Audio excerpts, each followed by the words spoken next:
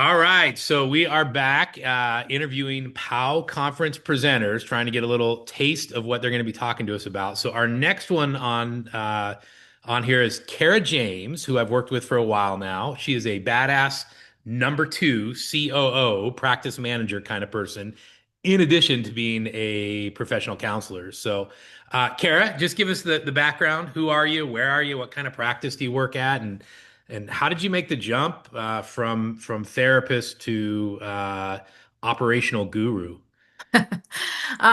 So yeah, I'm a licensed therapist. I've worked in all different sort of settings, whether it's juvenile justice, courts, juvenile detention, schools, and then sort of teetering into the private practice world, seeing clients, moving into sort of specializing, working with couples. And little by little, I sort of dabbled in helping out the practice in different Mm, ways, kind of right before COVID when we were much smaller.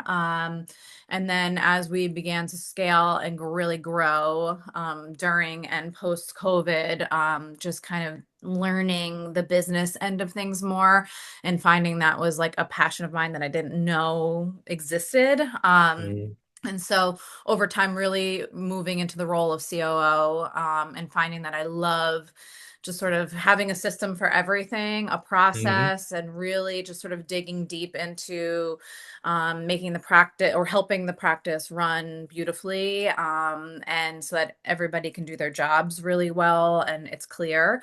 mm. We're a practice in northern New Jersey. We have three locations, about 30 staff. And always kind of learning and growing around our systems and our automations and all of that good stuff. Mhm.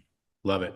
Yeah, and I, COOs, number twos don't get the credit they deserve. I think American media and things like that have highlighted the CEO role, Mm, but a CEO without a good COO is a joke, right? I know your CEO. I think the world of them. I know my COO, who's now my CEO. Y'all make us look good. Like you're the one that takes, vision and actually makes it into day-to-day execution. So let me just thank all the COOs who are listening to this on behalf of all the CEOs. Couldn't do without you. So your workshop title is Building Systems That Remember So You Don't Have to, Transforming Client Engagement in Your Practice. yeah. I love this idea of remember so that you don't have to. I think any of us that have run a rapidly scaling practice have these oh shit moments of like, oh wait, we were supposed to do that on Friday, we forgot again. So Mm, tell me what you're covering in this workshop, why it's important, kind of where it emerged from for you. yeah. So, we're learning every day and we're tweaking it every day. So knowing that we were doing this and participating in the POW conference, I was really thinking about whether you are like a solo practice person kind of just starting out, or you're someone similar to sort of us and how we're functioning in like a bigger group practice.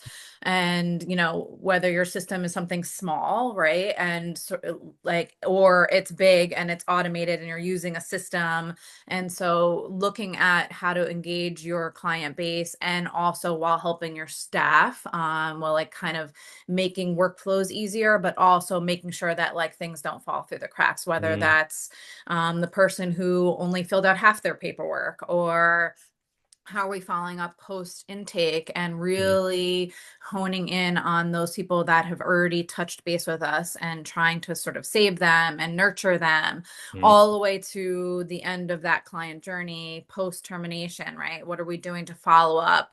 mm, And again, so that it's not a manual, like everybody has to remember mm, and we all have to sort of micromanage those things, mhm, so that there's a system, there's an SOP, and there's maybe even an automation, and how to you do that from mm, like the infancy stages to like kind of more next level automations where they're a mm, little more complicated and there's lots of steps. And I think we there's something everybody can do to make their sort of lives and their workflows mm. easier.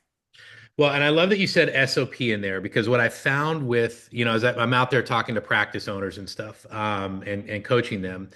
One of the fantasy solutions, the fantasy silver bullets, is I need a COO or practice manager to manage the chaos. And what I always get fearful of is if they hire right, which is its own thing, right? Like So often that person's promoted internally and actually has never proven that they know how to build systems. But if they hire right, you still run the risk that the person becomes the system instead of the system 100%. becoming externalized and documented and accessible. Because Kara James amazing, but she may get abducted by aliens, and somebody else has 100%. got to step in tomorrow. So tell me, like, if when you're looking for people to build these systems, right? What's on your checklist? If Kara was looking for a number two for her, an Mm. assistant COO, Mm. what would be the traits that are most valuable to you in putting somebody in this position?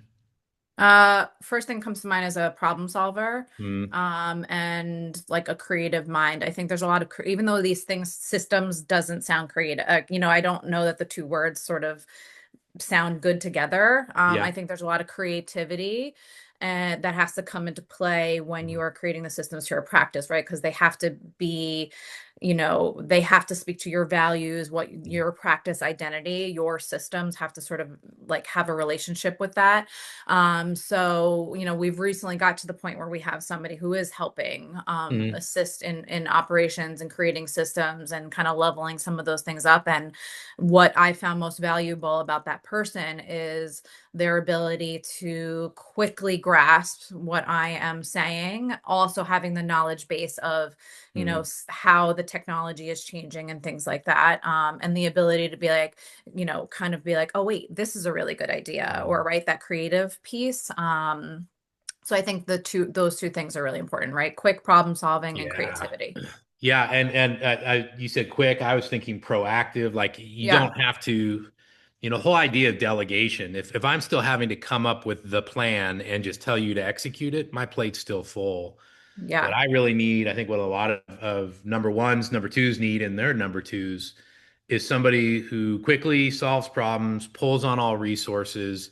And by the way, if I tell you that's not exactly right, we need to do it this way, it's no skin off their nose. Like they just continue to flex and adapt to the 100%. situation. Yeah. So I feel like the industry system obsessed. One of my gripes with coaching and coaches out there is they talk about systems ad nauseum. They advertise you just need systems, and that's like advertising you need a exercise machine in your home, right? Great Hmm. tools that you still don't know how to use or don't have the discipline to use aren't really great tools. They just become Yeah. clothes racks, right? There's a lot of clothes hanging on my treadmill.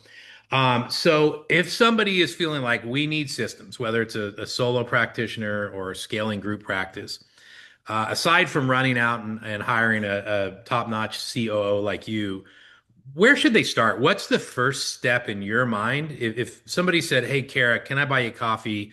My practice is chaos. I need systems." Where would you even start? What should be the number one thing they do? I think, to your point of right, like systems at nauseum, it's like, it's really the personality behind the system. It's like, Mhm. who are you as a practice owner or whatever your role is, right? Or a COO or whatever your place is in helping figuring out those systems. It's like, what is the personality of, or what are you trying to carry out, right? Like, Mm, it could be simple things, right? Like exceptional client care, or right, like those kind of basic tenets of what you might be doing, and looking at that and then taking that one thing that is sort of your first response and dissecting that. mm, And I think you can quickly find, five different systems that you might want to create that maybe aren't even that complicated, but could really sort of hone in on like the identity of the work that you want to do, or how you want the industry to see you. I think is a really simple but important mm. starting place. I love that. So what are your pain points? In other words, I don't need systems Yeah. for the things that if I have to put out one fire, don't buy a system for the thing that I already do well. What are my pain points? What do we need to accomplish in the practice? By the way, Hmm. that could just be stability, not growth. Yeah. And find systems to match that as opposed to, ooh, Kara's got a really cool system for this. Maybe we need that. Well, if it's not a problem, you don't need Yeah. it, no matter how good CARES is. I heard a speaker once, they talked about tool seduction. And they said one of the Hmm. things you notice, if you climb Mount Everest, they leave the bodies up there. It's kind of gruesome. He said you'll notice these bodies all have these really cool tools and devices, Hmm. strapped to them, and it didn't Interesting. save their life. Yeah. So you get seduced by these tools, you over rely on them. but Yeah, and you I gotta think have like how common do you want to sense. spend your time, right? Whether that's like, thinking externally about the function of your practice and, clients coming in and what all of that work looks like, but like how do you want you and your staff or whatever like spending your time, right? And that's another good question to answer because I think that also then leads to answering questions about sort of the what you're doing for your business to function, right? Like clients coming in, the flow of those things. So if you can like kind of look internally about like how is my admin spending their time, whoever it might be, right? And kind of making, really making that look better or feel better. I think it also helps, some of that like client flow Yeah. also. Well, I love it. Outside of my COO, who's now my CEO, who I think the world of, I don't know that I've seen a better one in the industry than you. So it's always fun to get to watch. And this has kind of taken on a life of its own, right? There's a Kara James brand, if you will. You're doing some stuff outside your practice, outside speaking. If people Yeah. want more Kara James, where can they find this wisdom? Yeah, I'm little, you reaching out to me through our website at wellnesscounselingbc.com. I've spoken about sort of mindset. I work alongside a lawyer and a law group talking about like Mm. warrior mindset Oh, um, for attorneys and people with the New Jersey State Bar Association to manage some of that performance anxiety, kind of bridge in some of the wellness and health sort of stuff into an industry where maybe they're not so open-minded about that stuff.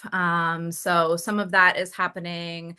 Obviously some helping with some business coaching consultation. But I really like to do that in a really like humanistic way of like, we don't have to spend a million hours together. We can just check in, establish a relationship. I can answer a question. And also working maybe in March having a Q&A session around systems. oh, Like let's just cool. have a conversation. So one off, maybe we'll do another. I don't want people to feel overwhelmed by the commitment of something. Yeah. But being able to just like answer questions and brainstorm and troubleshoot together and find some solutions. Love it. Well, we've loved having you part of our COO community, right? That we do at semi-private practice, and I feel like I learn from you every time. You give as much as you get, so we're really excited to have you at POW Thank you. conference. Can't wait to see you. I'm definitely going I'm to be excited. encouraging number twos to sit in on your session. Yeah. So Yep, we super will. excited. Thank you Yeah. so much for allowing us to be a part of it. Yeah. And, everything that you have done has been so helpful.